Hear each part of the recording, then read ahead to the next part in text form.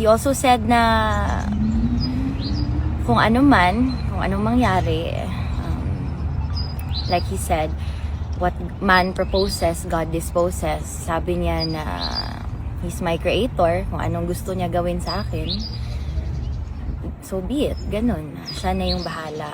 Hi Kit, good afternoon. How are you today? Hello Vin. Good afternoon, mayong adlaw, I'm good. The burning question is, how's the former president? He was okay today. Initially not in the best mood, no? Kasi he woke up late today. Actually, my visit woke him up, so he was a bit cranky, I would say. Pero, ayun, nabigyan ng Coke Zero. He ended up feeling and looking better. I discussed with him some of the local and national news. Kaya I was in a hurry sa car, mano-mano lang ba well, I cannot bring a pencil or a paper inside, so I have to read it. And then not much today. He was asking more about the family. He knows about the decision already, and I do not initiate conversations with him about it because it might ruin his mood, but he knows, and so far he is accepting of it, no? Like he always says, wala tayong magawa eh. Leave it up to God. He also said na kung anong mangyari, like he said, what man proposes, God disposes. Sabi niya na He's my creator, kung anong gusto niya gawin sa akin, so be it, ganun. Siya na yung bahala. He noticed me, siguro further into the visit, he noticed me massaging yung dito ko. Kasi namamaga. Sabi niya, ano yan? Sabi ko, pasilan ka papa. Ito talaga yung pamana mo sa akin. TMJ, yung dito, TMJ. Ano pa yun? Peptic ulcer, gastritis, migraine, hyperhidrosis. Tapos, sabi niya, meron pang isa. Sabi ko, patay, ano na naman to? Sabi niya, the name. Sabi ko, buti naman, akala ko bagong sakit. So, sabi niya lang, he has a message to all his descendants also, protect the name and work for the people. And to everyone here outside, na nagtanong na naman siya, ilan na naman ngayon? Sabi ko, ano ba yan, Papa? Hindi ko naman mabilang yan araw-araw. Sabi ko, madami pa rin, meron pa rin, and I will see them later.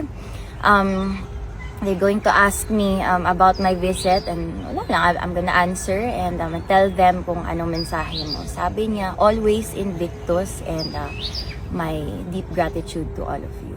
Kit, as the daughter, what was your initial reaction when you heard about the decision of the appeals chamber? Obviously, we even without watching, no, we still keep a close eye on the case, my siblings and I. So we kind of expected the results already with the appeal on jurisdiction. Disappointed but not surprised. Like I said, we are hoping for the best, but we are always prepared for the worst. You know our family. So. Do you have the same sentiment or a reaction when you heard about the confirmation of charges decision as well? Yes. Ayun, we are always expecting the worst. That's the only way to be prepared for whatever comes, for whatever cards you might deal with. Diba? So, what are your lingering thoughts now that this is going to push to a full-blown trial? Well, I worry a lot. I worry a lot because our papa is 81 years old. He claims to be 87. Sometimes he mixes it up na. I can't think straight, no? Because there are a lot of possibilities. There's a lot that can happen in such a short period of time. But siguro, I wouldn't call it lingering thoughts. I would call it siguro like daydreaming, no? Sometimes at night, bago matulog, I dream of him back home, him with his with our family, with my siblings, with Mira, with my mom, and of him doing the simple things that he wishes to do. Kasi like he said, Wala eh, simple lang tayo. Kung may pera pa sana ako, di sana ako nandito, bayaran ko silang lahat, kaso wala. So, wala siyang magawa. But he dreams the same. Just to conclude this interview, Kit, what is your message as the daughter of your father to the supporters who feel sad by the decision but still motivated and unwavering in our support? I know that most of you are very sad and disappointed with our appeal on jurisdiction. No? I know most of you also had high hopes for this. I know that you love Tatay Digong and you want him to come home. But if you love him, then try your best to be like him. Invictus as always. Thank you, Kit. Mabuhay ka. Mabuhay.